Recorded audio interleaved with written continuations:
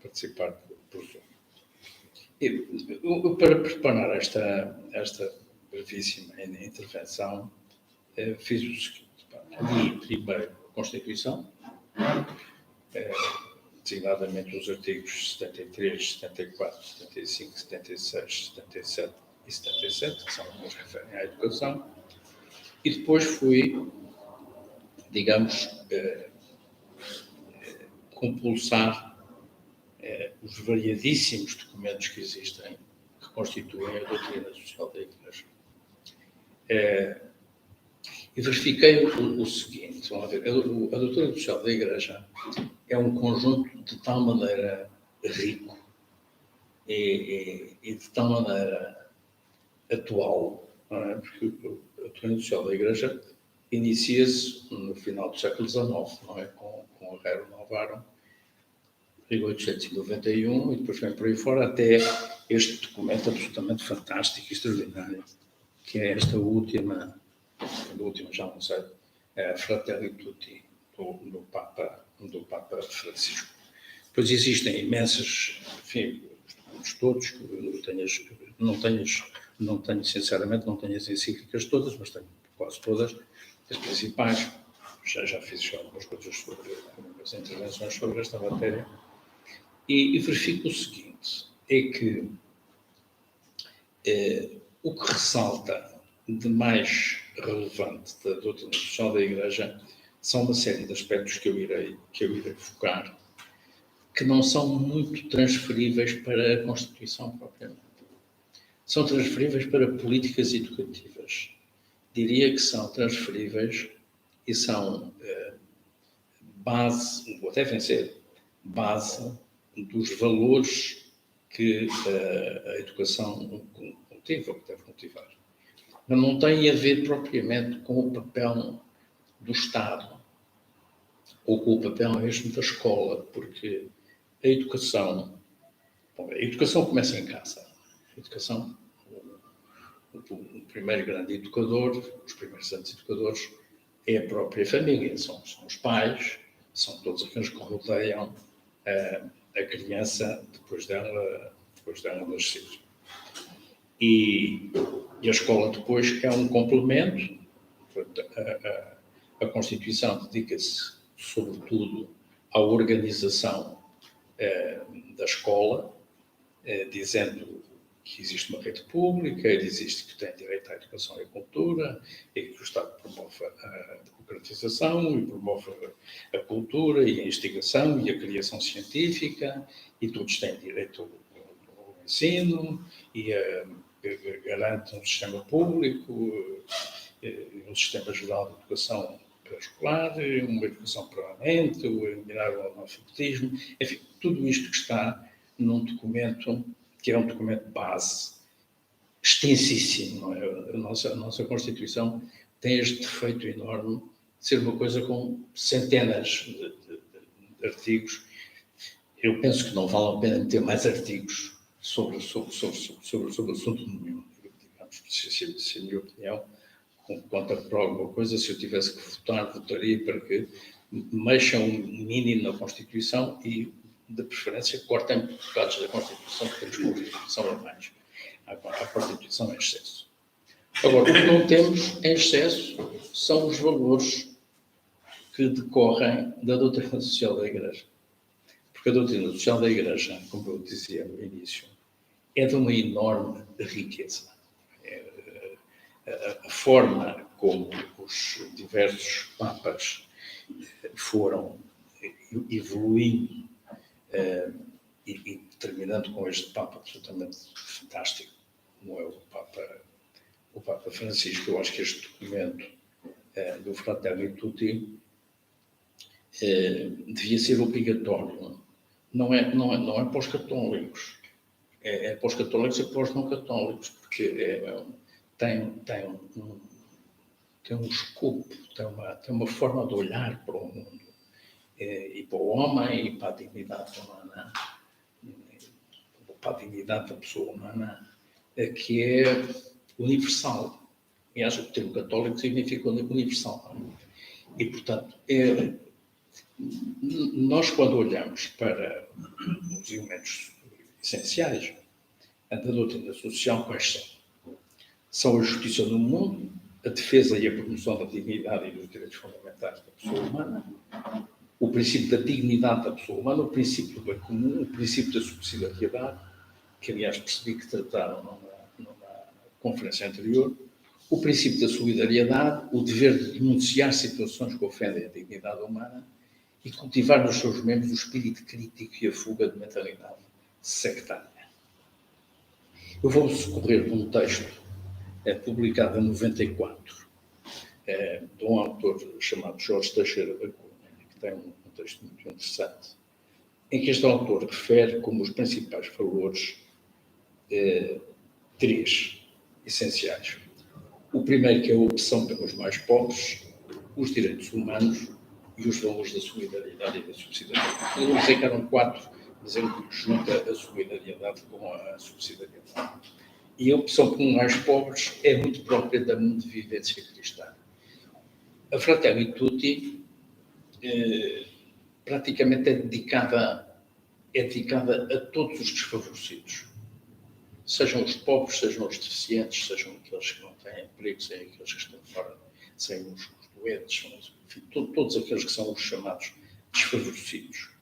E em que, eu recordo-me quando o Papa Francisco esteve entre nós, durante aqueles 3 ou 4 dias, não apenas na conferência que ele fez lá embaixo, no Centro Cultural de Belém, que eu assisti, que foi uma espécie de um momento mágico de diplomacia, porque estava um bocadinho fora ainda do âmbito da jornada, mas o Papa disse uma coisa, salvo erro, na homilia da missa que disse lá embaixo na Expo, em que ele dizia só se pode olhar para baixo para alguém ou tentar. Então, é muito impressionante, é muito tocante, sobretudo nos dias de hoje, em que nós assistimos àquilo que estamos a assistir, enfim, mais aquilo que nós iremos assistir e que não fazemos ideia. E quanto aos direitos humanos, no fundo, a sua proclamação constitui uma espécie de uma plataforma de encontro, não é, de várias correntes humanistas no que toca à promoção e ao respeito pela dignidade humana. Eu julgo que isto na educação, por exemplo, nas escolas, isto ocorre tudo a partir do ensino primário, não estou a falar da educação pré-escolar, mas da educação primária. Nós temos sempre 3 componentes essenciais. Temos um componente que são os conhecimentos científicos, digamos, um conhecimento científico de base, aquilo que está demonstrado, que é racional, que tem a ver com a ciência e que tem a ver com as ciências clássicas, que isto vem desde o Platão, não vale a pena estar a dar grandes voltas, a matemática, a física, a química, a biologia, etc, as várias ciências, a história, a geografia, etc. Depois, uma segunda componente, a que se atribui hoje uma importância enorme, que é a atitude e o comportamento de cada um, não é? A responsabilidade, a iniciativa, o ser proativo, a capacidade de trabalhar em equipa, o gosto de aprender, enfim, todas estas, sobretudo o ser proativo, não é? Que é uma característica muito especial que a doutrina social da Igreja incita, porque incita os cristãos a atuar e não a serem reativos, a serem proativos. E uma terceira componente, que é essencialíssima, que é os valores. E aí sim, a doutrina social da Igreja encaixa, digamos, no fundo é a base dos valores que está contida na doutrina social da Igreja. O sentido ético, o respeito pelos outros. E o respeito pelos outros no sentido mais lato, o respeito pelos outros pela sua etnia, pela sua língua, a sua cultura, a sua religião, a sua ideologia, e a solidariedade, não é? Que aparece muito na doutrina social da Igreja. Na nossa Constituição, eu não vejo nenhum destes artigos que está neste momento em vigor. Não há nenhuma disposição que possa ferir isto. Quer dizer, isto não está lá e não sei se deve lá estar, porque os valores são, quando se defende a dignidade humana, não é? A dignidade da pessoa humana. Na dignidade da pessoa humana estão os valores todos. Tudo está contido ao longo das diferentes encíclicas, tudo se processa nessa perspectiva da defesa intransigente da dignidade da pessoa humana. Quando a dignidade da pessoa humana é ferida, obviamente que estamos a ferir também a Constituição. A Constituição está feita para nos proteger. Estes valores do sentido ético respeito dos outros, e um outro, peço desculpa que eu não referi, para além da solidariedade, que é a verdade, que é uma coisa que o Papa Francisco insiste muito, que é a verdade, a existência da verdade, sobretudo num mundo em que nós hoje, que se chama até, muitos denominam como uma espécie de mundo de pós-verdade, não é? Em que nós estamos a ver, sobretudo, a comunicação que nos que as notícias que nos é servido, quer por escrito, quer por imagens, sobretudo por imagens, hoje infere de muitas inverdades, para não dizer totais falsidades. Não é? Portanto, nós estamos a ser vítimas de uma forma de comunicar, de informar, de comentar, de criticar, de apresentar os factos, que nos levam a ter uma percepção errada das coisas. Portanto, uma política de verdade, e isto em educação é absolutamente essencial, que é o cumprimento da verdade, nunca sair da verdade, seja no aspecto científico, seja nos aspectos dos valores essenciais. Estes valores depois cruzam-se com um aspecto que a mim me parece muito relevante, sobretudo o mundo todo é muito desigual, mas nós vivemos num país que é muito desigual. E o combate às desigualdades, o combate à pobreza, os dados que saíram hoje da pobreza, hoje em dia os dados estatísticos são sempre martelados, não é? Quer dizer, toda a gente martela os dados estatísticos para dizer aquilo que lhe convém, não é? Uns para dizer que melhoram, outros para dizer que pioram. É preciso que nós saibamos pensar com a nossa própria cabeça. O país tem um problema de pobreza sério. Tem um problema de pobreza sério. Tem um problema de pobreza que a doutrina social da Igreja, o Papa Francisco, na introdução. Eu arranjei este livro muito interessante, não sei se o tem, se não tem valor, que é este do CAT, que se chama Como Agir, que tem uma introdução do Papa Francisco absolutamente extraordinária, porque a certa altura, relativamente, eu permito-me ler aqui 2 ou 3 frases que o Papa se introduziu nesta pequeníssima introdução, que são 2 páginas e meia, mas riquíssimas. Ele diz: porque as necessidades dos tempos assim o exigiam, a doutrina social católica foi, com o passar dos anos, enriquecida e apurada. Isto depois de ter dito quando é que ela tinha começado no século XIX. Muitos debates se realizaram sobre a comunidade, a justiça, a paz e o bem comum. Foram elaborados os princípios da personalidade, da solidariedade e da subsidiariedade, que este documento também explica. No entanto, em rigor, Não se pode dizer que a doutrina social tem a sua origem neste ou naquele Papa, ou neste ou naquele pensador. Ela brota do coração do Evangelho, ela brota do próprio Jesus. Ele é em pessoa a doutrina social de Deus. Depois diz esta coisa extraordinária. Esta economia mata, como referi na minha exortação evangelical, porque de facto ainda existe nos nossos dias aquela economia da exclusão e da disparidade dos rendimentos. Há países onde 40% ou 50% dos jovens estão sem trabalho. Em muitas sociedades os idosos são rejeitados porque aparentemente não têm valor e já não são produtivos. Extensões inteiras de terra são despovoadas porque os pobres fogem para os bairros de lata das grandes metrópoles com a esperança de encontrarem alguma coisa para poderem sobreviver. A lógica produtiva de uma economia globalizada arruinou as modestas estruturas económicas e agrícolas das suas regiões. Cerca de 1% da população mundial possui, em média, 40% da riqueza mundial e 10% da população mundial possui 85%. Por outro lado, pertence a metade da população mundial, aproximadamente 1% deste mundo.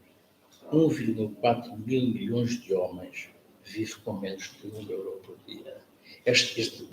O traço, digamos, isto mostra a preocupação dele. E o Papa, todos nós, pelo menos, penso eu, incluo nos grandes fãs deste Papa, um fã muito convicto daquilo que ele diz e da forma como está no mundo, não é? É um caso único, não é consensual dentro da Igreja. O Papa não é consensual dentro da Igreja. E o não ser consensual dentro da Igreja traz-nos um problema, eu não digo um problema adicional, traz-nos um problema lateral, que é um problema muito difícil de encarar, que é como é que a Igreja se pode unir? Como é que a Igreja se pode unir em torno daquilo que são estes valores que o Papa Francisco tem vindo a enumerar e a listar de uma forma muito, muito insistente, não é? Ter aquela ideia aquela ideia do todos, todos, todos. A ideia do todos, todos, todos. É uma ideia que vai muito para além daquilo que foi o próprio contexto em que ele foi dito. Não é? E como é que isto se traduz na educação dos meninos? Não é? Como é que isto se traduz num jardim de infância? Como é que isto se traduz nos primeiros 4 anos de escolaridade? Como é que isto se traduz no ensino universitário? Não é? Para citar um extremo e o outro, já não estou a falar no meio. Eu acho que estes valores da doutrina social da Igreja são válidos, não digo desde as creches, mas as creches são um ninho de amor, não é? As creches são uma coisa ligeiramente diferente da educação, não tem propriamente um mundo diferente, um mundo à parte. É o mundo da música, é o mundo dos sons, é o mundo das cores, é um mundo muito especial. Mas a partir do pré-escolar, portanto, a partir dos 3 anos, estas características fundamentais, a dignidade da pessoa humana, o respeito pelos outros, a solidariedade, está lá tudo como valores essenciais. Como está no ensino universitário. Esta competição louca que existe hoje no ensino universitário.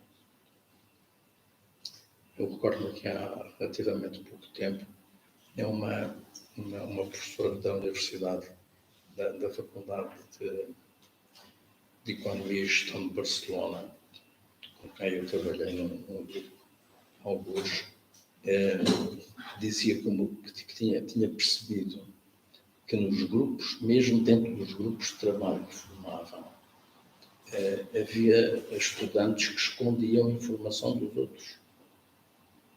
Escondiam informação para poderem ser mais competitivos. E quando se chega a este ponto de competitividade e de exigência na competição, a competição é muito útil, mas a competição torna-se perversa. Como se torna perversa também nos concursos do pré-escolar. No pré-escolar se fazem muitos jogos, não é? O pré-escolar é um misto de indícios de aprendizagem de coisas e de convívio e de socialização. Mas nos jogos tem que se ter regras, tem que se ter o sentido da proporcionalidade, de perceber até que ponto é que nós podemos querer ganhar, não é? E isto leva a este mundo um pouco louco em que nós vivemos e em que depende muito, na minha opinião, depende muito da forma como as escolas, todas elas, desde cá de baixo até lá acima, desde o início até às pós-graduações, a forma como as escolas têm os seus objetivos definidos e os seus projetos educativos. Por exemplo, quando nós olhamos para estes valores essenciais que decorrem da doutrina social da Igreja e os aplicamos, por exemplo, numa escola secundária, como é que se organizam as turmas numa escola?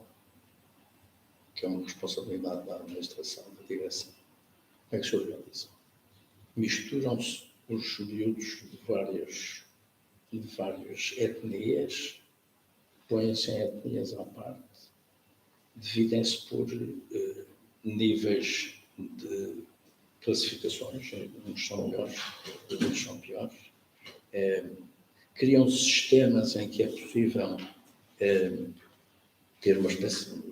Há um projeto em Portugal muito interessante que se chama Turma Mais, que é um projeto que foi criado por um professor em Évora, em que existe uma turma a que pertencem todos e não pertence nenhuma. Isto é, todas as turmas têm de vez em quando umas aulas naquela turma, que se chama Turma Mais. E ali todos pertencem, os bons e os menos bons. Todos pertencem à turma. Obviamente que isto custa dinheiro, não é? Custa ter uma turma a mais e ter, portanto, professores a mais para um plano.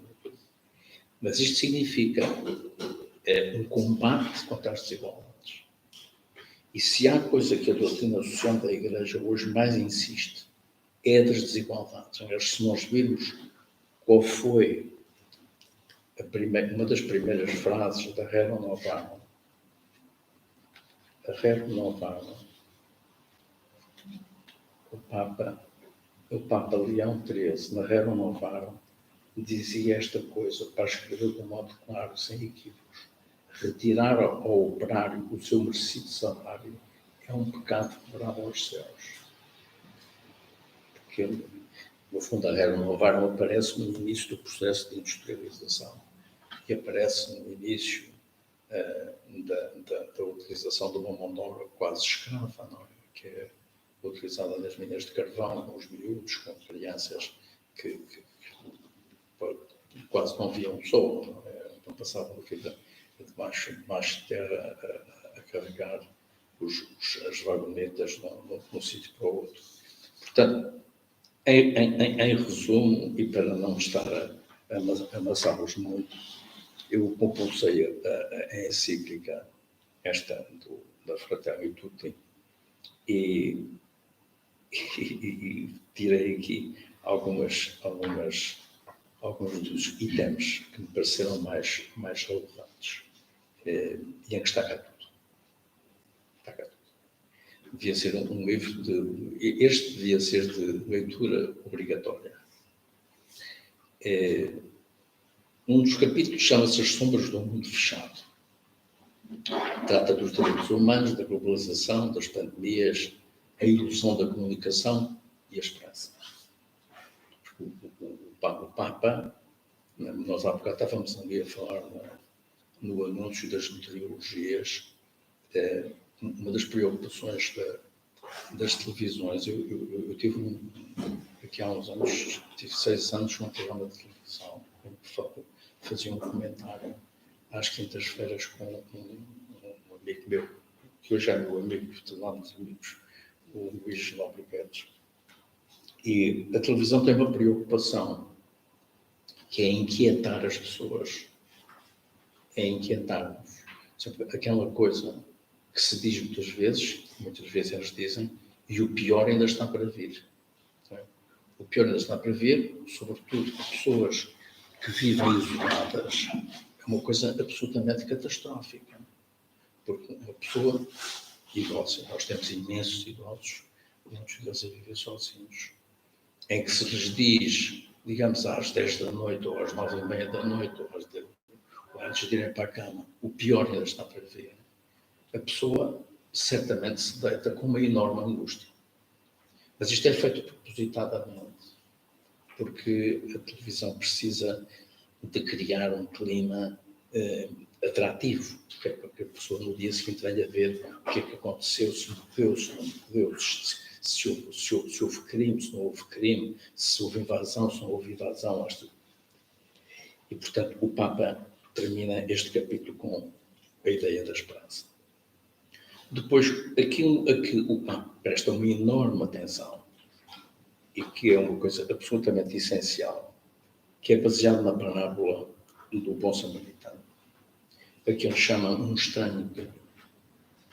E no estranho caminho, ele começa com a parábola do bom samaritano, depois faz 2 perguntas, que é quem é o próximo e o que é um estrangeiro. Depois diz aquela frase certa, que a igreja é para todos, todos, todos. Uma igreja aberta e contra os grupos fechados. Acho que isto é muito relevante em termos da organização dos católicos, da criação de grupos fechados. Há uma certa tendência dentro das organizações para criar grupos fechados.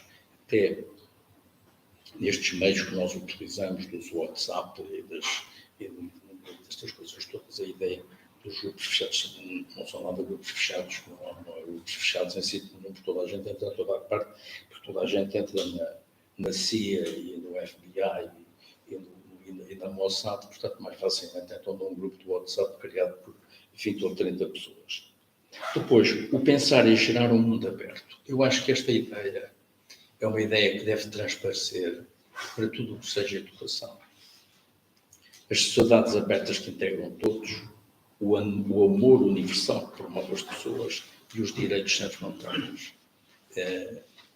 Isto são, cada um destes itens é o título de uma forma, pode-se dizer, vamos ter uma aula sobre amor universal que promove as pessoas. Isto não faz sentido. O que faz sentido é promover o amor universal que promove as pessoas. E promover os valores é praticá-los. A única forma é praticá-los. Não há aulas propriamente de sentido ético. O que há é a escola e a família, obviamente, atuarem com o sentido ético, terem a noção do sentido ético, que é uma coisa que praticamente se perdeu. Não é? O sentido ético desapareceu. Depois, a questão central dos migrantes, a que eles chamam um coração aberto ao mundo inteiro, aquilo que eles chamam depois o intercâmbio futuro, o fecundo, e a política melhor. E na política melhor, ele faz uma crítica muito severa aos populismos e aos liberalismos. O Papa, a crítica que ele faz ao neoliberalismo e, sobretudo, à ideia de que o mercado tudo resolve e em que atribui uma grande importância ao trabalho. E aí aquilo que pode ser a ação do que ele chama o poder internacional, ou seja, as grandes organizações internacionais e aquilo que podem fazer pela importância do trabalho.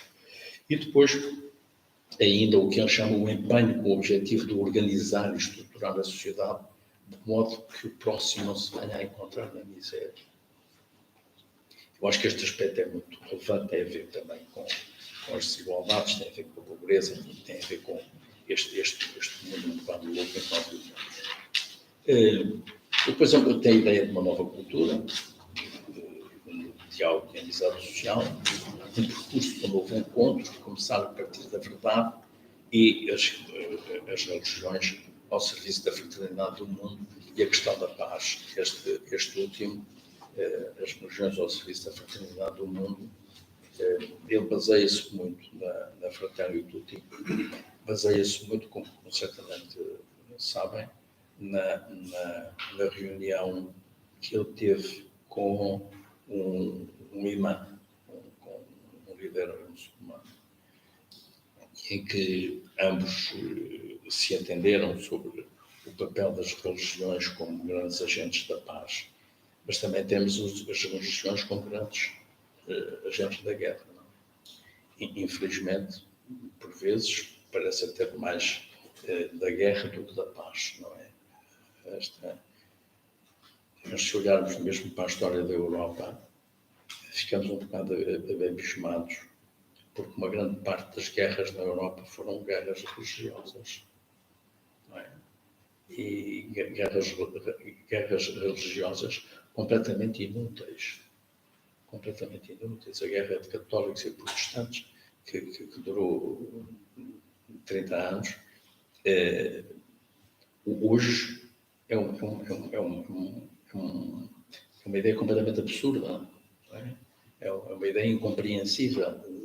As pessoas temos que recuar umas centenas de anos até antes do Westfália para perceber um bocadinho como é que foi possível ter-se morto tanta gente, ter-se feito tanto massacre por ideias religiosas que eram praticamente as mesmas. Portanto, eu não ajudei muito relativamente à Constituição. Não era esse o meu objetivo. O meu objetivo era dar aqui um contributo daquilo que me parece ser a importância enorme da doutrina social da Igreja e a forma como a doutrina social da Igreja deve, digamos, exercer em termos dos seus valores uma espécie de um corte transversal em relação à sociedade em que vivemos e em que a educação tem uma importância muito, muito grande. Esta componente dos valores, por exemplo, só para terminar, daquelas 3 componentes que eu referi, a parte científica, a parte das atitudes e comportamentos e a parte dos valores, as empresas hoje, por exemplo, atribuem uma enorme importância ao segundo. Não é? As empresas não estão muito preocupadas se a pessoa sabe derivar e se sabe que são integrais. Eu agora estou a falar muito aqui da minha área. Ou se sabem muito de motores, disto e daquilo e daquilo, outras coisas que estão criadas. Não estão preocupados se a pessoa tem uma atitude positiva e vem para a empresa para dar e para ser proativa. O brilho no olho é muito importante, e os valores estão muito esquecidos. Os valores estão muito esquecidos. E este descaso que nós fazemos em relação aos valores é muito deteriora a sociedade. As sociedades estão muito deterioradas por falta de sentido ético. Uma notícia no final. Eu presido neste momento ao Conselho de Ética do Comitê Olímpico. E nós não temos bem ideia no desporto, as pessoas que seguem o desporto, não sei se alguém aqui segue as coisas do desporto, do que é a falta de ética no desporto em Portugal. E não é só o futebol. O futebol é dominante. É em todas as modalidades. Há uma falta de ética inacreditável.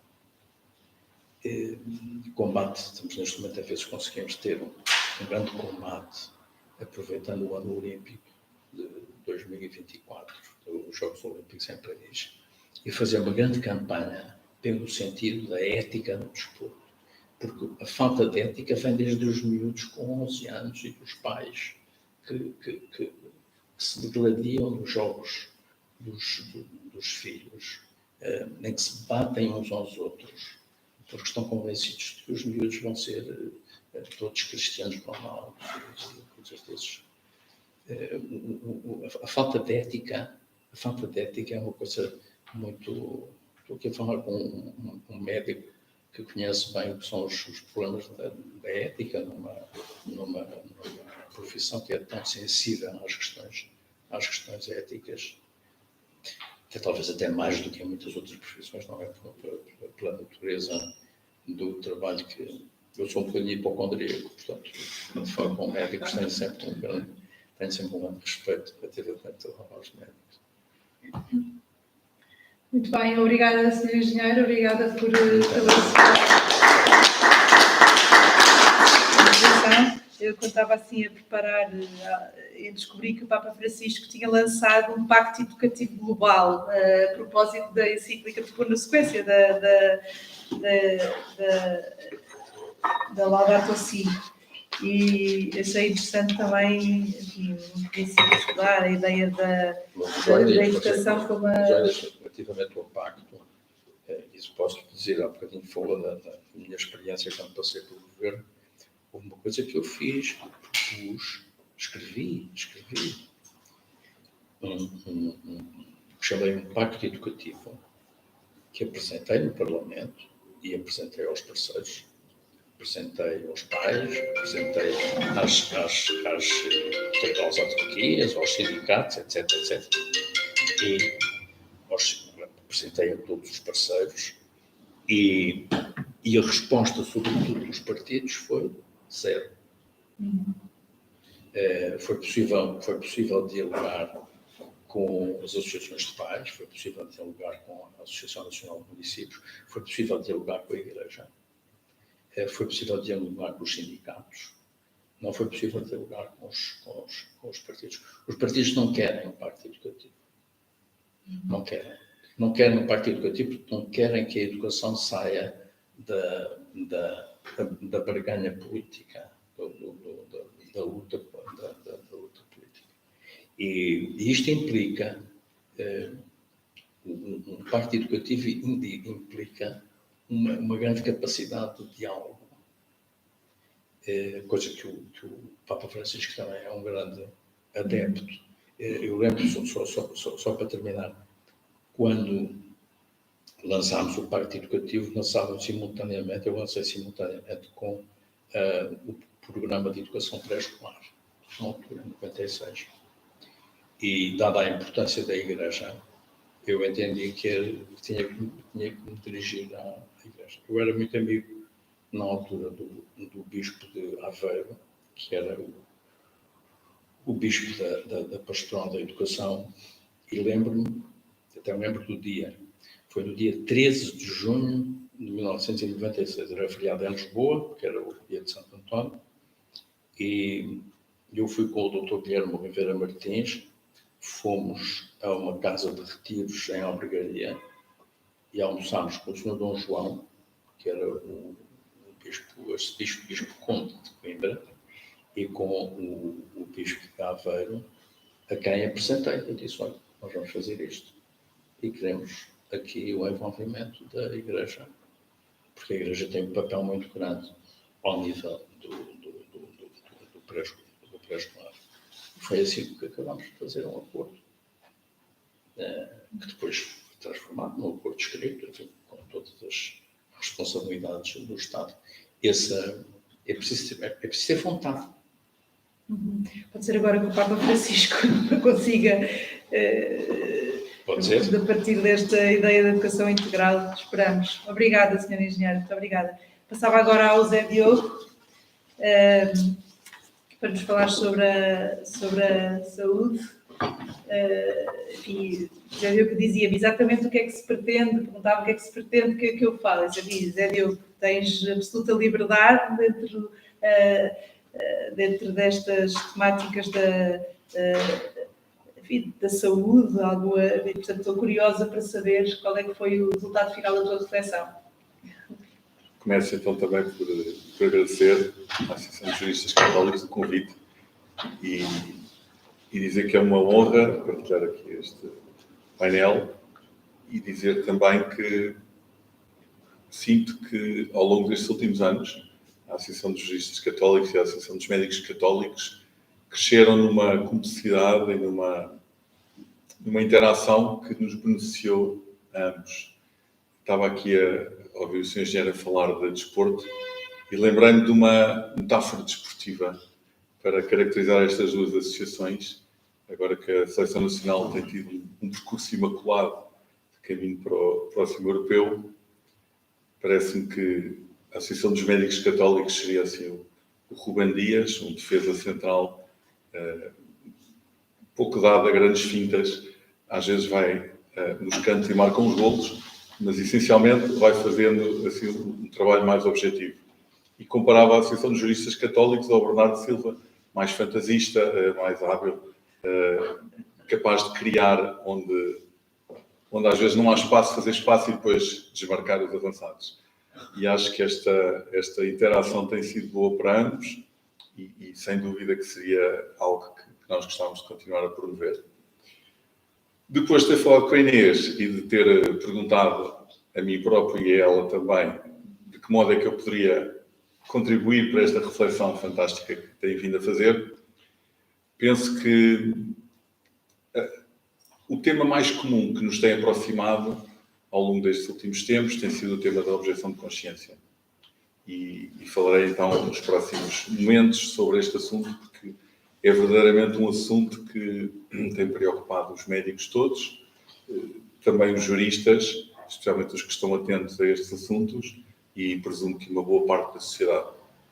Porque, verdadeiramente, há aqui um réquiem concertado de uma série de organizações internacionais que não respondem diretamente aos eleitores, mas que têm o poder de influenciar as políticas públicas, que têm promovido de uma forma que me parece concertada e deliberada este dilapidar do património importantíssimo da sociedade civilizada, que era o conceito da objeção de consciência.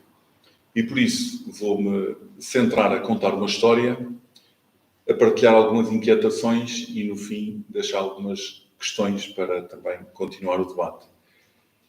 Começo a história, que é também uma inquietação, portanto faço já aqui os 2 em 1, e contar só assim alguns episódios, 3 episódios do que me parecem ser marcos importantes desta destruição progressiva do direito à objeção de consciência.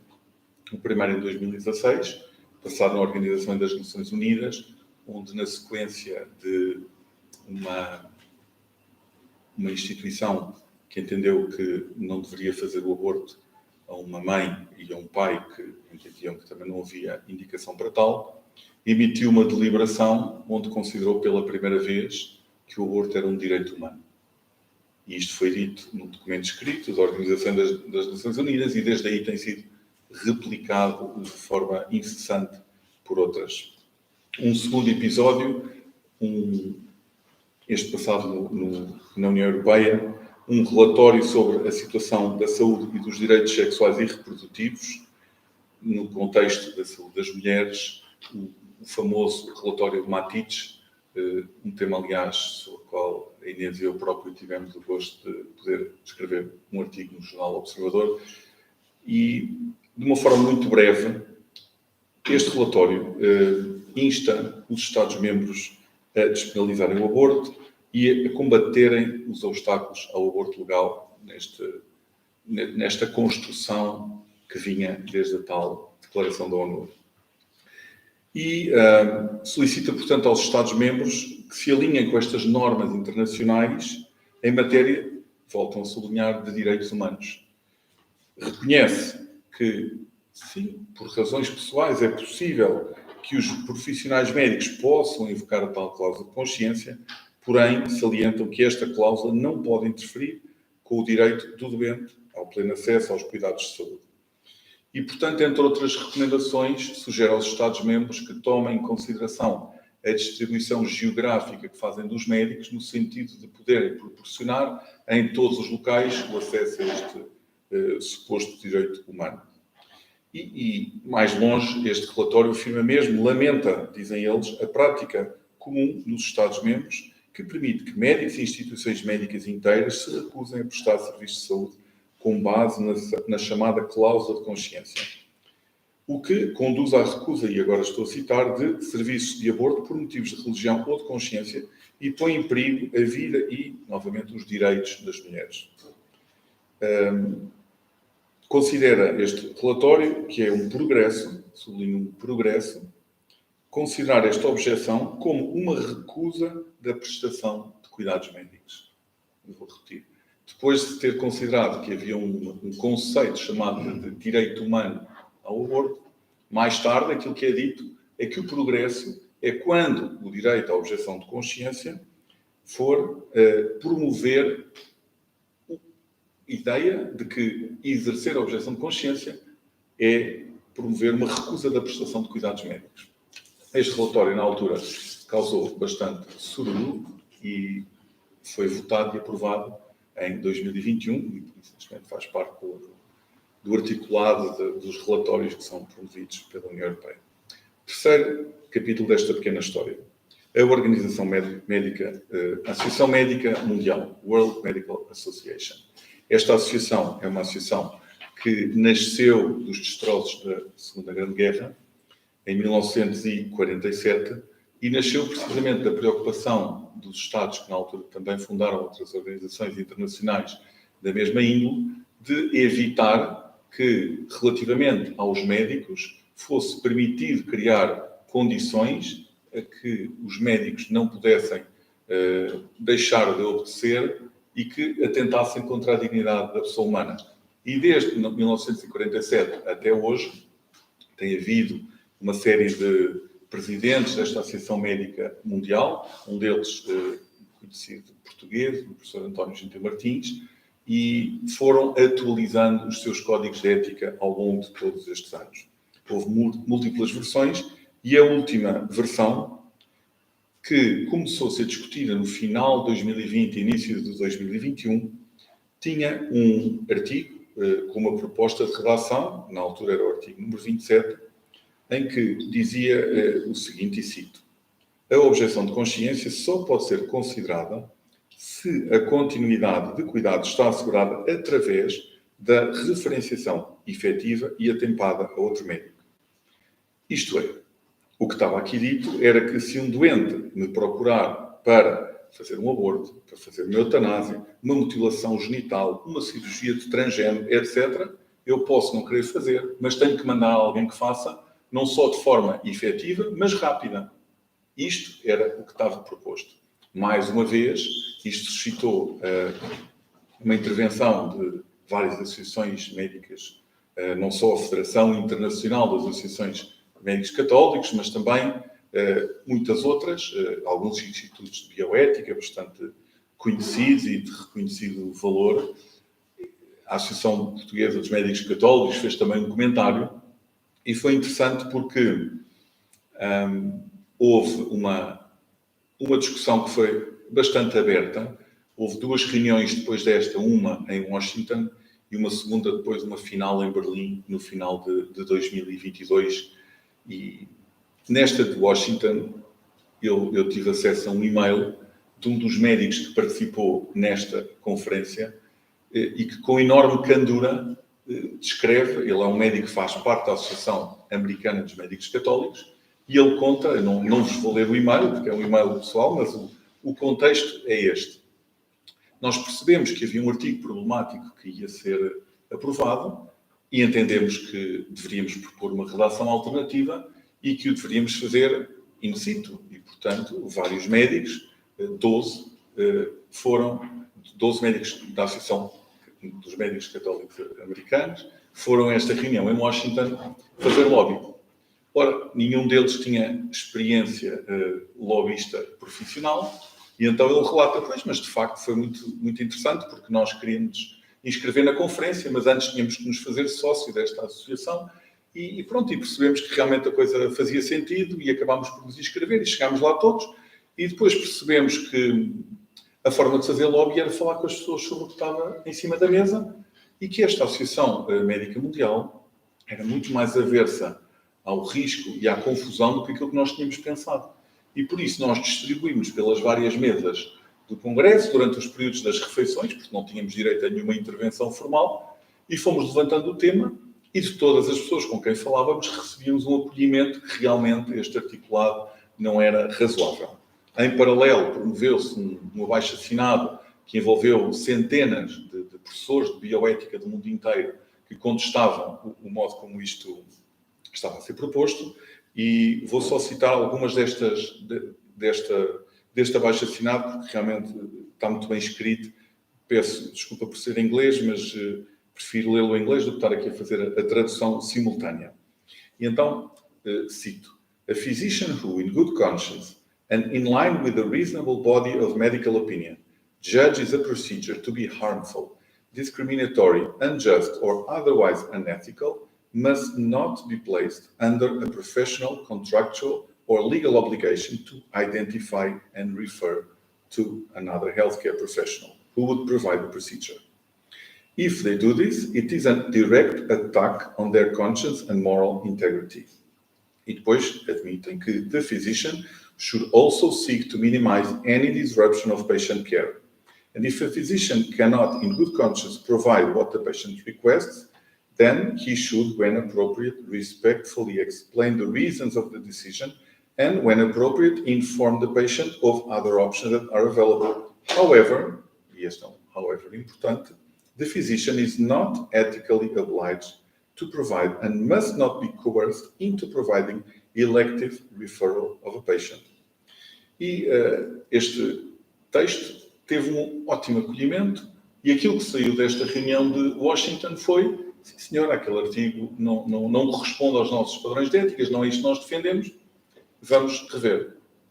Misteriosamente, ele ressurgiu na reunião de Berlim, onde os lobistas não estavam tão bem organizados. Estava um enorme mestre da ética, Riquelme, que é um professor de ética espanhol que vive há muitos anos em Roma, e estavam poucos mais. Nós enviámos uma pessoa da Associação Internacional dos Médicos Católicos, mas, na verdade, não foi possível de desfazer algo que ressurgiu de forma inesperada.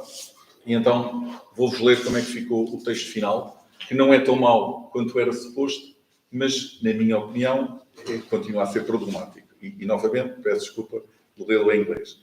"The physician has an ethical obligation to minimize disruption to patient care.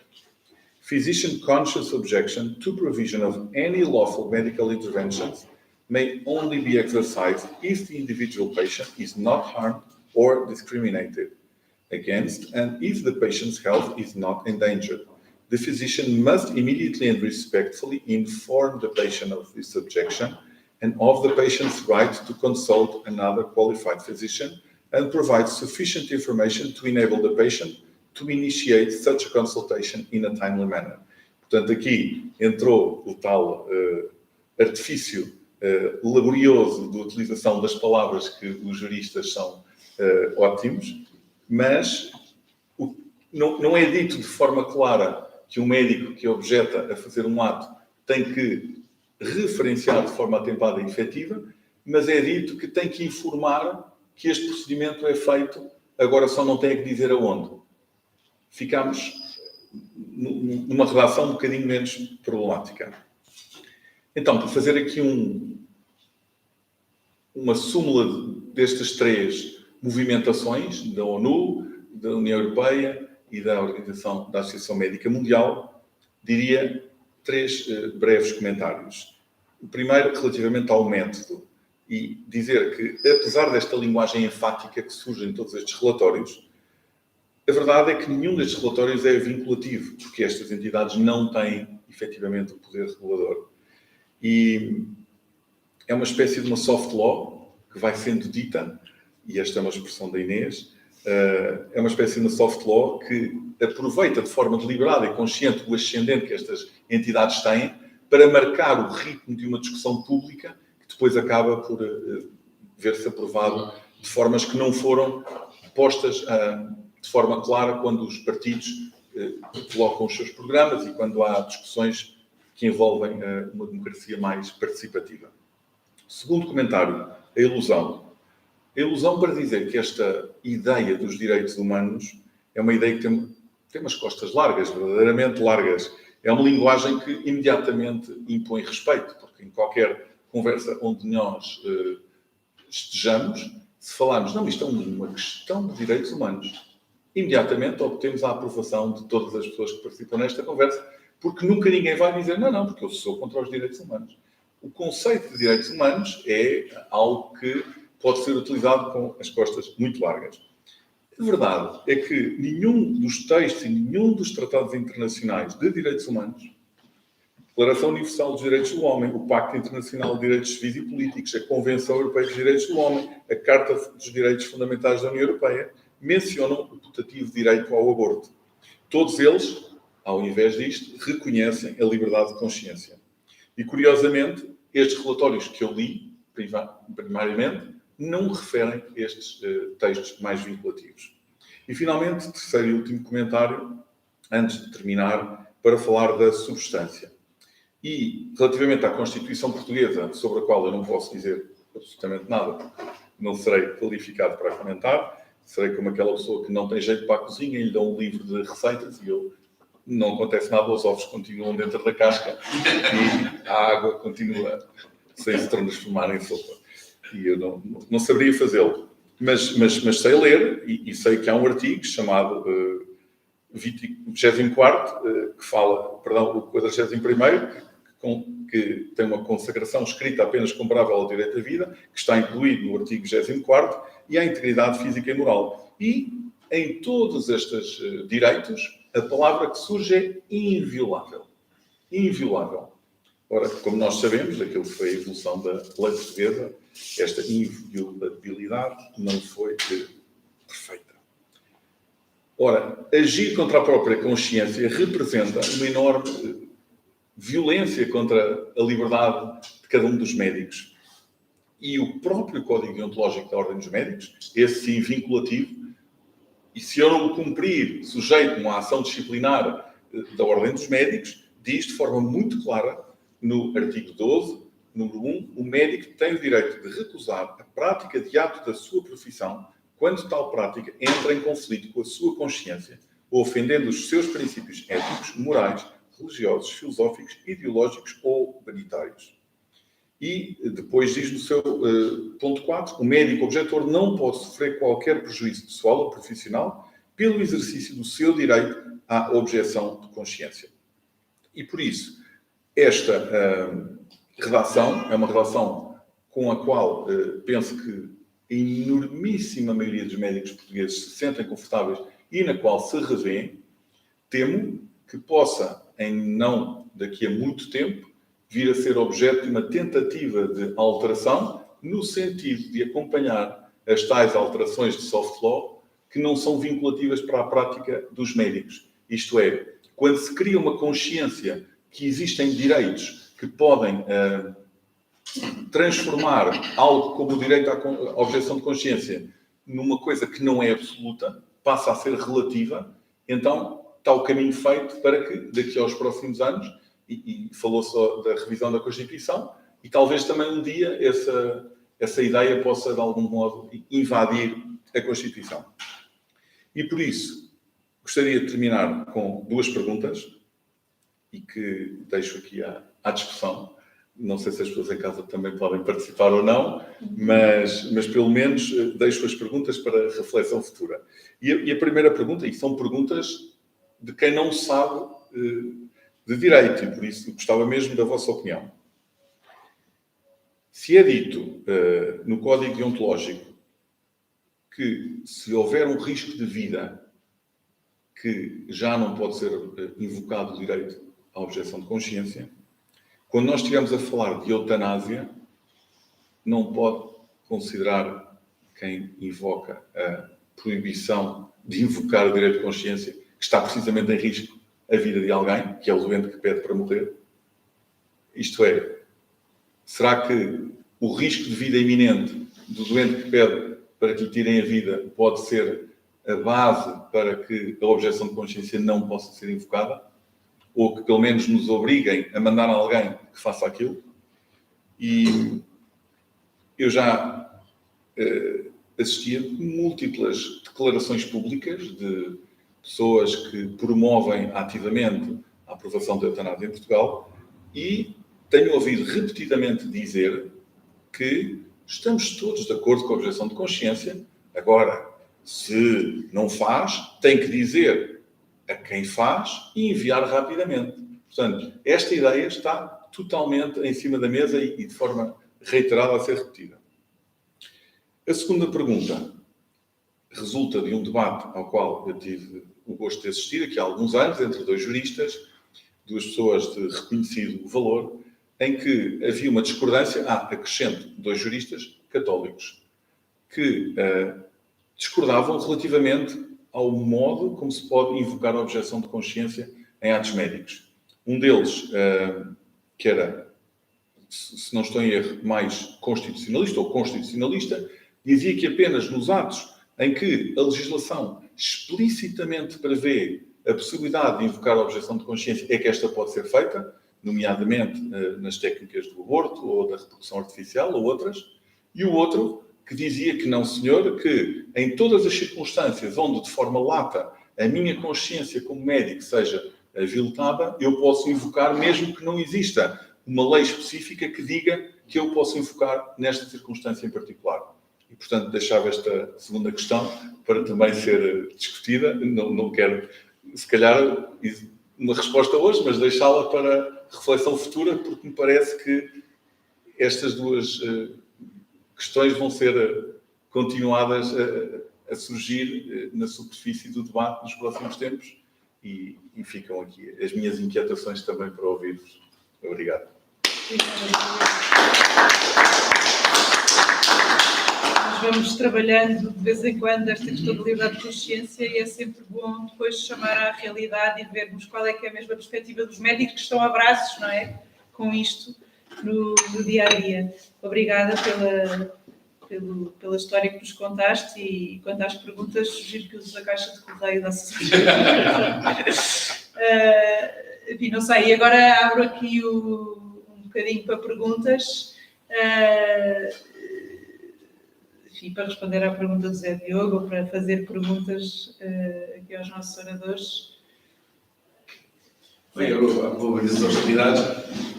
Agradeço a ambos por as intervenções excelentes. Não vou, Zé Diogo, responder já, ou se calhar não vou responder. Não sei se percebi bem a primeira pergunta, mas antes de mais queria fazer aqui uma pergunta ao Sr. Engenheiro. Voltando aqui um bocadinho a perspectiva, portanto, o tema doutrina social da Igreja e direito à saúde na Constituição. Para nós, como ser colega da Inês e da aula da Católica como professor de Direito, mas é um ambiente de educação muito diferente. É universitário, por um lado, estava ali um colega também do Colégio de Lisboa, mas ouvimos a pergunta que queria fazer é esta. Para nós é um bocadinho impenetrável dentro da tal barganha política em que se quer, em que está a educação e que se pretende, pelos vistos, manter, é um bocadinho estes conflitos, estas dificuldades, estas faltas de meios, é tudo um bocadinho para nós, que não conhece o sistema por dentro, nunca passou por ele, um bocadinho uma incógnita, não saber se é só a tal barganha, se há alguma coisa por trás, e aí estava a minha pergunta, se este ponto, que às vezes parece ter um bocadinho um beco sem saída, de um sítio onde se mete muito dinheiro, e depois sai sempre dificuldades, os anos começam mal, as escolas públicas são geralmente menos cotadas do que os colégios privados nos rankings e nos alunos.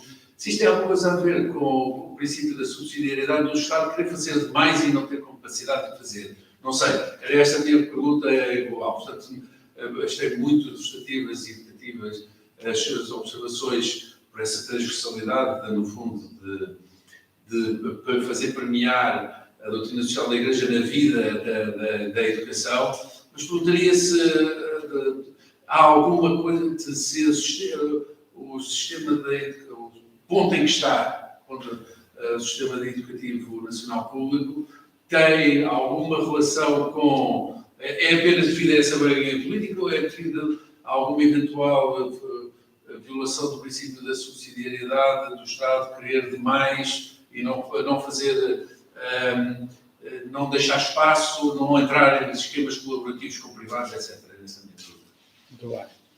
Bom, quer dizer, o país tem, Portugal tem uma tradição de ensino. O ensino em Portugal tem uma história muito complexa, não é? Desde o Marquês, não é? Desde o Marquês de Pombal, com a expulsão dos jesuítas e a entrada dos hospitalares, não é? Porque, no fundo, substituiu uma congregação pela outra. O peso da Igreja Católica na educação em Portugal foi sempre muito grande, não é? Foi sempre muito grande. E até, eu diria, até à República, não é? Até à República. Quando os jesuítas são expulsos segunda vez, não é?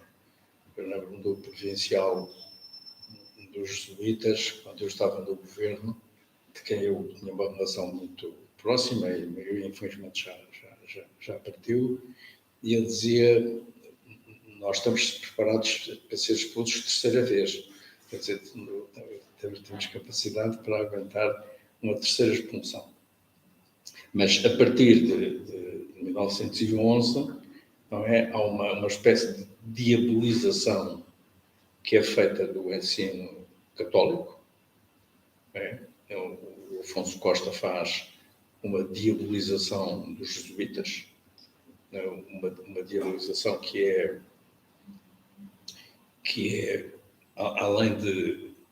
além de injusta, é errada, porque os jesuítas tinham, na altura, dois grandes colégios, não é? Que era o Colégio de Campo Lido e São Fiel, na Beira Baixa. Eu conheci, quer dizer, estudei bem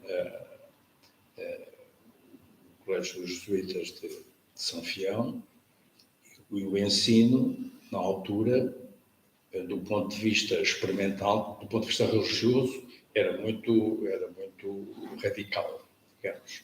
Mas do ponto de vista experimental e do ponto de vista da modernidade da educação, era do melhor. Quer dizer, basta-lhe dizer que o equipamento que os jesuítas tinham nos laboratórios, quer de física, quer de química, quer de biologia, foram depois espalhados por duas grandes entidades, a Universidade de Coimbra e o Liceu Nacional de Castelo Branco, e ainda hoje são peças, hoje são peças do museu, obviamente, não é? Mas mostravam um ensino muito prático, experimental, com um trabalho de campo muito grande, com recolha de materiais, ainda hoje, se visitar o museu do Liceu de Castelo Branco, a grande maioria das peças vieram de São Fiel. Os animais, as plantas, os modelos das plantas, etc, etc. As coleções de insetos, as coleções de borboletas, havia um ensino experimental muito, muito forte, sobretudo nestas áreas. A partir dessa altura, o Estado começa-se a tornar dominante. E o Estado vem dominante, não é? Com duas ou três exceções, porque o ensino privado em Portugal hoje foi muito pesado durante algum tempo. Com o crescimento do sistema, o ensino privado foi encolhendo. O ensino privado hoje está praticamente concentrado em Lisboa e Porto. Nós não temos uma rede de ensino privado espalhado pelo país. Há várias cidades do interior que não têm qualquer espécie de alternativa ao ensino público. O caso dos rankings, os rankings são uma forma de medir, enfim, as escolas privadas, as boas escolas privadas têm de facto resultados melhores, mas depois há as escolas privadas que estão piores do que as escolas públicas. Não é? algumas até bastante piores que as escolas públicas. E, portanto, há aqui um debate sobre qual é o papel do ensino público e do ensino privado. A Constituição aí é clara, porque diz que o Estado tem a obrigação de cobrir o país todo. Um bocado como a comunicação social, ou como a RTP, que nós também pagamos e que também tem a obrigação de cobrir o território todo nacional. Pode-se dizer que o Estado tem mais, como é que se costuma dizer, tem mais fome de barriga, não é? Tem mais... Mais olhos de barriga. Tem mais olhos de barriga, exatamente. Tem mais olhos de barriga. O Estado, digamos, foi alargando o sistema. O sistema alargou-se muito, sobretudo, a partir dos anos 70, não é? Quer dizer, não sei se tem ideia, mas nos anos 60, o ensino privado ainda tem um peso muito grande. Ainda tem, porque o ensino público não cobria uma parte significativa do país. A partir do Simão, do professor Veiga Simão, não é? Em 1970, ele faz um alargamento muito grande pela primeira vez que se fala em democratização e em escolaridade obrigatória, e em extensão da escolaridade obrigatória, embora eu não sei se a gente tem bem a ideia disto. A escolaridade obrigatória nós fomos talvez o único país do mundo que reduziu a escolaridade obrigatória. Não é? Nos anos 30, a escolaridade obrigatória passa de 5 para 3 anos. Passa para 3 anos e depois é alargada para 4 pelo professor Leite Pinto. Alarga para 4, mas só para os rapazes. As raparigas ficaram com os 3 anos. Depois, o alargamento para 6, que significou mais um crescimento, é feito com o professor Calvão Teles, com a Inocêncio Calvão Teles, que faz um alargamento significativo. É um ministro que passou muito... Não se deu muito por ele, mas fez um trabalho notabilíssimo. Eu escrevi um livro recentemente contando isto que estou a dizer, porque eu estudei muito esta área, este período, como agora estou a fazer com o Simão e com o Preg e com o Cardia. E o Estado foi ganhando força, e criou uma máquina gigantesca. Não é? A máquina do Ministério é uma máquina gigantesca que vem crescendo depois também com o crescimento da demografia, até uma altura em que nós demograficamente começámos a decrescer. Não é? Simplesmente as necessidades que se foram encontrando, o problema da inclusão, o alargamento da escolaridade a praticamente todo o país, não é? Nós tínhamos, nós em 74 tínhamos 30% de analfabetos. E o combate que se faz a partir de 75, 76, ainda com uma lei, ainda baseada na lei antiga, não é? Porque a lei do Simão, que é de 73, a lei de bases, alargava a escolaridade para 8 anos, mas que nunca se verificou. Há uma paragem no crescimento da escolaridade obrigatória, que só vem a ser depois confirmada pela atual lei de bases, que é de 1986. Portanto, houve ali cerca de 12 anos ou 13 anos em que não houve a extensão da escolaridade obrigatória como era devido. Hoje em dia, o que nós temos é um sistema, e depois fez uma outra coisa que, aliás, deu um grande brado, que foram os chamados contratos de associação. E os contratos de associação eu fiz vários, quando estava no governo, assinei vários contratos de associação. Os contratos de associação tinham um objetivo, que era conceder a uma instituição privada uma escola que era paga pelo Estado. Era paga pelo Estado, pagava-se todos os professores e depois mais 45% para despesas gerais. Esse sistema tinha como objetivo, esse modelo tinha como objetivo cobrir o país todo, sem que fosse o Estado propriamente.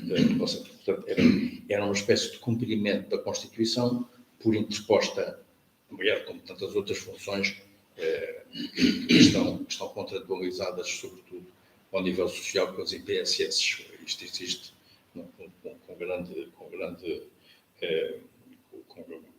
grande dimensão a nível dos serviços sociais, com as misericórdias e as IPSS, etc. Hoje em dia, falar hoje em dia dos problemas que a educação tem, só uma pequena nota, eu acho que não é pelo público e o privado que nós resolvemos o problema. Mesmo o direito de escolha, não é? O direito de escolha, que no fundo é uma coisa um bocado óbvia, como é também no caso dos médicos, não é? O direito de escolha, que é uma coisa que faz parte da defesa do direito de escolha, a pessoa poder escolher o que é que quer, quem é o médico que quer, qual é a escola. É uma coisa muito relativa, porque os únicos sítios onde isso ainda é possível é no fundo Lisboa e Porto. No resto do país, vai por exemplo, a Castelo Branco não tem nenhuma escola privada. Portanto, tem 13. O que há é, ou deve haver, é um direito de escolha entre as escolas públicas. Entre as escolas públicas deve haver um direito de escolha. E acabar com esta ideia, que é um bocadinho simplista, que é da distribuição geográfica. Portanto, a escola tem uma zona de influência e aqueles alunos vão para aquela escola obrigatoriamente. E para irem para outra escola, depois fizeram-se as maiores aldrabices, conheço um encarregado de educação que estava em Alcântara para ir para a escola Dona Amélia, o outro que estava na Rio Nor, tinha um encarregado de educação na Praça de Londres para poder ir para o Filipe, etc. Isso hoje está ligeiramente atenuado. Eu julgo que o problema fundamental que nós temos não é este da recuperação do tempo de serviço, não parece que seja este o problema. Eu acho que o problema fundamental que nós temos é um problema de entendimento das forças políticas em relação a 3 ou 4 coisas essenciais. A carreira docente, o sistema de gestão das escolas, o sistema de gestão que as escolas têm. Porque uma escola, se olhar para as escolas, uma escola pública ou privada funciona bem com 3 coisas essenciais. Uma liderança forte, um corpo docente estável e um programa e um projeto educativo adaptado àquela comunidade que serve. E isto existe em muitas escolas privadas e em muitas escolas públicas. As escolas privadas são melhores que as escolas públicas, sobretudo em Lisboa e Porto, porque são frequentadas pelos filhos das pessoas de maior formação cultural, de maior nível cultural. Porque tem escolas públicas que funcionam excelentemente. Tem muitas escolas com imensas dificuldades. Esta coisa da colocação dos professores é muito complicada, uma matéria que nunca foi devidamente tratada. Os sistemas de colocação de professores feitos através do computador, eu sou um defensor de que as escolas deviam escolher os seus professores. Simplesmente isto, em termos de negociação sindical, é impossível. Temos de ser práticos. É impossível. Os sindicatos, no dia em que as escolas escolherem os seus professores, os sindicatos desaparecem. Desaparecem. Os sindicatos não têm o resto desse papel. E, portanto, isto no contexto atual, é ainda mais grave, porque, e essa talvez seja a minha maior preocupação, é que o aparecimento de movimentos sindicais quase inorgânicos, como é o caso deste sindicato chamado STOP, que é quase inorgânico, não é? Assenta, quando o presidente do sindicato diz que vai consultar as estruturas são os conselhos de greve, não são grupos de pessoas organizadas em torno de um tema educativo ou dos temas educativos, são organizadas em termos de uma greve. E, portanto, os movimentos, e isto é uma preocupação que passa por todas as pessoas que se preocupam com a educação, porque este movimento STOP é um movimento um movimento destrutivo. O objetivo é destruir, não é? Eu não sei se a gente ainda não vai ter saudades do Dr. Mário Nogueira, não é? Portanto, o Dr. Mário Nogueira, que eu conheci, era o líder da FENPROF no centro, em Coimbra, na altura em que eu estive o presidente da FENPROF, era que eu chamei um príncipe, era um príncipe do sindicalismo, que era o Dr. Paulo Sucena, que era um homem muito culto, formado em filosofia, era um homem muito culto, muito dialogante.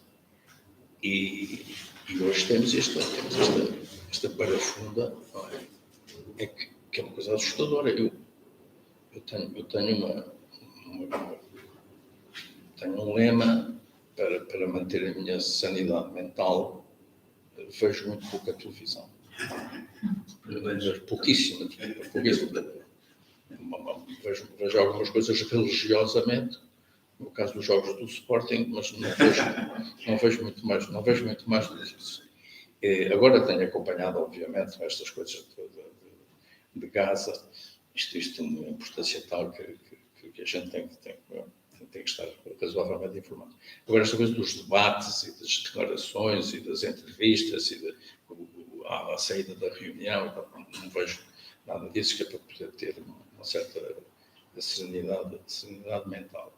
Mas a ideia que se dá, nós estamos a dar uma ideia de um sistema perfeitamente caótico.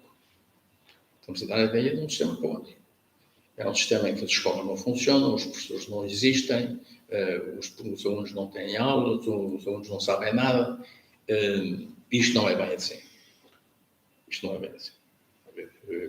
Temos que ser... É um bocadinho como dos hospitais, não é? Os hospitais também, se a gente começar a perguntar aqui ao Zé Diogo se no departamento dele é um caos, ele diz não é um caos, temos dificuldades, temos isto, mas um caos, a palavra caos em Portugal é utilizada de uma forma muito ligeira, não é?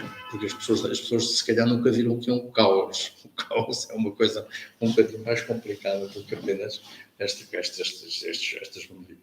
movimentações. Agora, eu acho é que há muitos motivos de preocupação e com isto termino. Eu acho que a grande preocupação é esta, é que nós estamos a ter uma elite e depois uma base muito desgraduada. Nós dizemos que o país nunca teve o nível de recursos humanos que tem, o que é verdade do ponto de vista teórico, mas temos uma fatia cá em baixo, que é uma fatia muito fora, não se vê nada. Quer dizer, há aqui não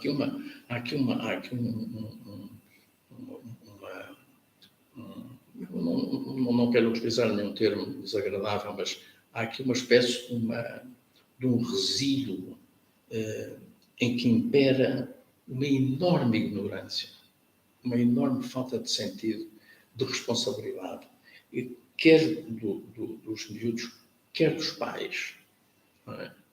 quer os pais.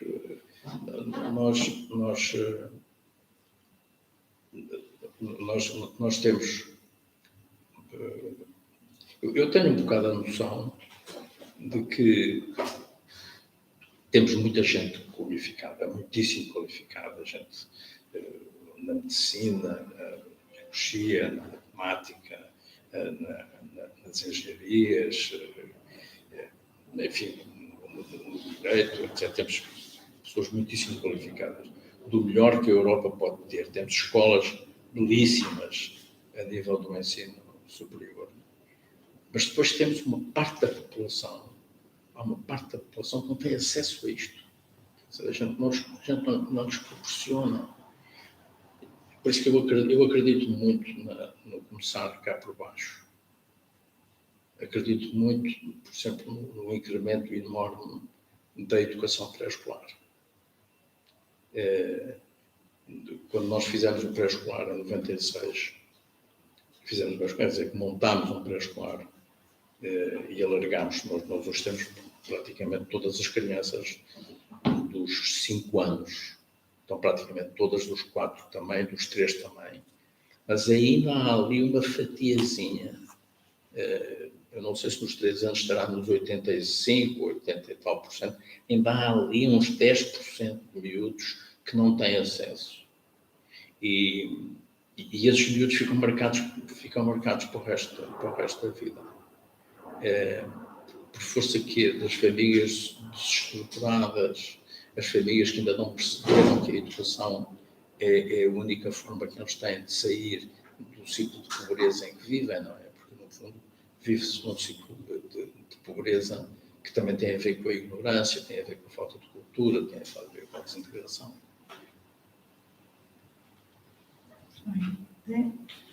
Gostei muito da sua explicação, mas foi bastante elucidativa, tirando 2 ou 3 pontitos que não gostei tanto.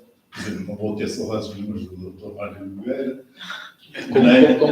Não vou ter saudades do Mário Nogueira. Não vou, E do anterior também não vou ter, porque apanhei-o a jogar vôlei com umas meninas na praia de Vila Nova de Mil Fontes, todos em pelota. Não vou ter saudades nenhumas desses senhores. Palavra boa. Palavra boa. Isso é uma coisa extraordinária. Várias pessoas comigo também viram. E, portanto, desses não vou ter saudades. E gostei muito daquela parte do Sporting. Sim, isso eu também não perco. Mas, de qualquer maneira, voltando à parte mais séria, gostei muito da sua explicação. Mas queria fazer uma pergunta dirigida ao meu colega Zé Diogo, que já ouvi falar sobre esta matéria, e relativamente à objeção de consciência, da qual eu já me livrei, porque graças ao Covid tive que deixar de fazer clínica e vender o meu consultório, já estou livre disso. Estou reformado completamente, porque eu, apesar de estar reformado, estava a trabalhar antes do Covid, só que depois daquele Covid interminável e às portas da morte, aquilo deu cabo de mim, tive que reaprender a andar, reaprender a falar, etc. E isto foi tudo muito complicado e tive que acabar. Mas ainda bem. O que é que eu posso fazer em relação a isso? Dar fortes recomendações aos meus netos, porque os meus filhos, nenhum deles foi para a medicina, exceto o mais velho, que é médico, mas depois foi para o padre, portanto já não exerce. Portanto, dar fortes recomendações que cuidado se forem para a medicina, principalmente para a especialidade que eu tenho, de ginecologia, porque põe variedíssimos problemas e graves, e acho que há um cerco completo. Todas essas organizações internacionais que estão a remar no mesmo sentido e estamos completamente cercados e vai ser muito difícil fugir disto. Inclusive os conselhos deontológicos das ordens médicas, etc., também vão variando conforme as direções e de certeza que se vão adaptar aos novos tempos, mais tarde ou mais cedo. E não têm poder, efetivamente. Quem tem poder, afinal, são os tribunais, são os juristas. Lembro-me daquele caso que falou das médicas e enfermeiras da Suécia que se recusaram a fazer abortos e foram para vários tribunais, chegando ao Supremo Tribunal Europeu, que decidiu que das duas uma, ou fazem abortos. Elas diziam, nós retiramos este curso para favor da vida, porque gostamos de trabalhar nesta matéria, somos pela vida, Mas o tribunal decidiu que ou elas faziam abortos ou então deixariam de trabalhar. E, portanto, estou francamente muito... enfim, acho que não tenho esperança nenhuma no futuro em relação a esse problema. Deixe-me então dar-lhe uma esperança pequenina e dizer que tenho conhecido algumas pessoas, estamos a falar de jovens médicos, que escolhem a ginecologia e obstetrícia precisamente por ser terra de missão. Tenho Conheço vários também. Tenho-me encantado com isso. Sim. De gente que diz, eu nunca pensei em ser ginecologista obstetra, mas acho que é onde eu faço falta. E isso é, penso eu, um sinal de esperança. Da mesma forma, também é um sinal de esperança, não posso deixar de o referir, a Faculdade de Medicina da Universidade Católica, onde, obviamente, transparecemos em tudo o que nós fazemos, aquilo que é não só a doutrina social da Igreja, mas também a reta doutrina da Igreja relativamente a todas estas questões que falamos. Isto sem prejuízo de, naturalmente, reconhecer que os alunos que estão do outro lado têm já muitas vezes opiniões formadas e que o nosso objetivo não é necessariamente o de fazer proselitismo, não parece que esse seja o caminho, mas lhes dá ferramentas para eles poderem pensar e debater alguns destes temas sem ser baseado em notícias de jornal ou em chavões ou slogans, mas nos fundamentos daquilo que os levam a tomar decisões relativamente a estes assuntos. E, portanto, deixo estes dois sinais de esperança. Jovens médicos corajosos que escolhem especialidades porque acham que é aí que fazem falta, e uma faculdade de medicina que, sendo bebê, ainda só vamos no 3º ano, também tem um ensino da ética médica muito voluntarioso e com muita vontade de fazer bem feito e, naturalmente, também com um caminho para andar e para melhorar. Ótimo.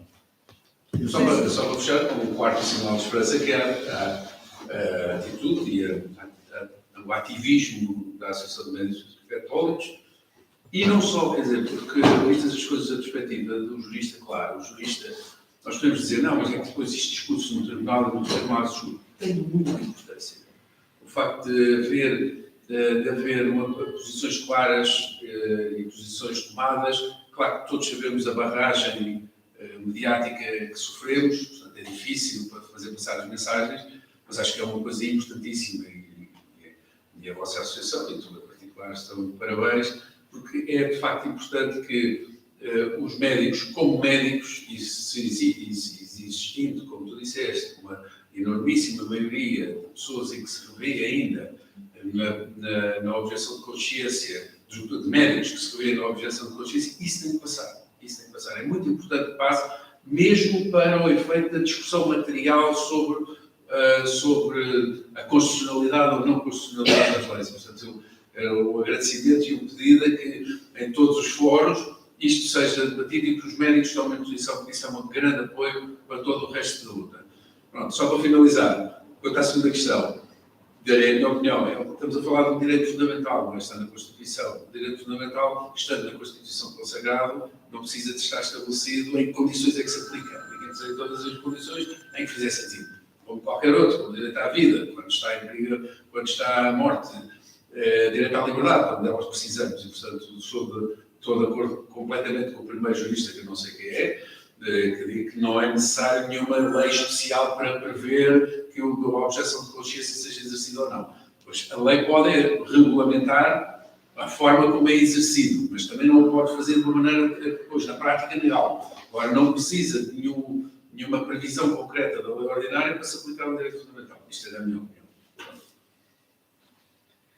Muito bem, então, muito obrigada aos dois pela disponibilidade de aqui virem nos fazerem pensar sobre estas questões.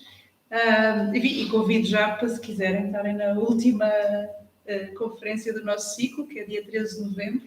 Será sobre uma outra dimensão, também o direito social da Igreja, a liberdade religiosa. E temos o professor Miguel Assis Raimundo, o Dr. André Folk, que são membros da Comissão de Liberdade Religiosa. Estas questões da liberdade de consciência muitas vezes também se equacionam nesse contexto e, por isso, Convido a estarem presentes Muito bem. e, enfim, e virem sempre que quiserem aqui aos nossos eventos. Muito obrigado. Obrigada. Obrigado.